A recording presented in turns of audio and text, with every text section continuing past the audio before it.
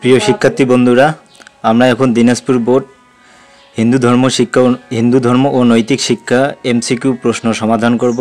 এখানে গ সেটটি দেওয়া আছে, গ সেটের প্রশ্ন সমাধান করব। আপনারা এই সেটের সঙ্গে বাকি সেটগুলো মিলাই নেবেন।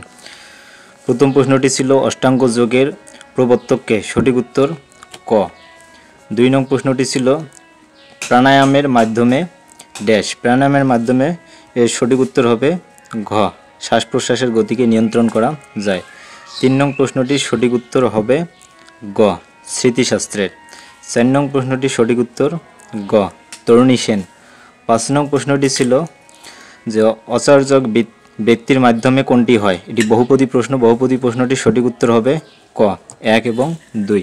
6 নং প্রশ্নটি ছিল শোভনবাবু ধর্মের বিশেষ লক্ষণের তৃতীয় লক্ষণটির সাহায্যে একটি সমস্যা সমাধান করেন, এর সঠিক উত্তর হবে 6 ঘ, সদাচার। এদিকে 7 নং প্রশ্নটি দেখব এবার। 7 এবং 8 নং একটি বহুপদী অভিন্ন তত্ত্ব প্রশ্ন। এর আলোকে 7 এবং 8 নং প্রশ্নের উত্তর দিতে হবে। 7 নং প্রশ্নটির সঠিক উত্তর হবে 7-এর সঠিক উত্তর ক। 7 নং প্রশ্নের সঠিক উত্তর হবে গ, রামায়ণ, সঠিক উত্তর গ 7-এর।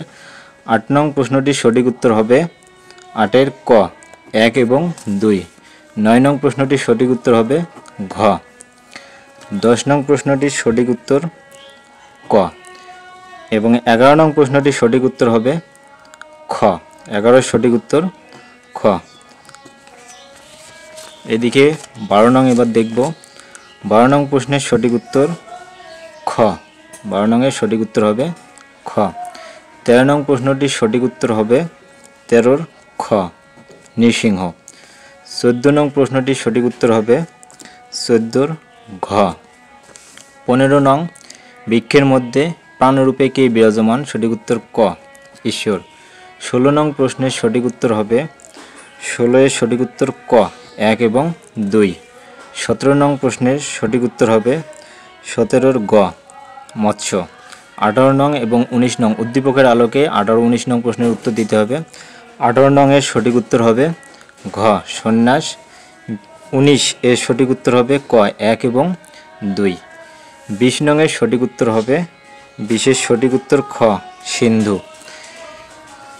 এর আলোকে আমরা প্রশ্ন সমাধান করতেছি গ সেটের। আপনারা প্রশ্নগুলো মিলাই নেবেন এবং চ্যানেলটি যারা এখনও সাবস্ক্রাইব করেনি তারা সাবস্ক্রাইব করে পাশেই থাকবেন। এদিকে আসতেছি 21 নং প্রশ্নের সঠিক উত্তর হবে ঘ। 22 নং প্রশ্নের সঠিক উত্তর হবে খ, 22-এর সঠিক উত্তর খ, দোলযাত্রা। 23 নং এর সঠিক উত্তর হবে 23-এর গ, ভাই বোনের মধ্যে সুসম্পর্ক স্থাপিত করা।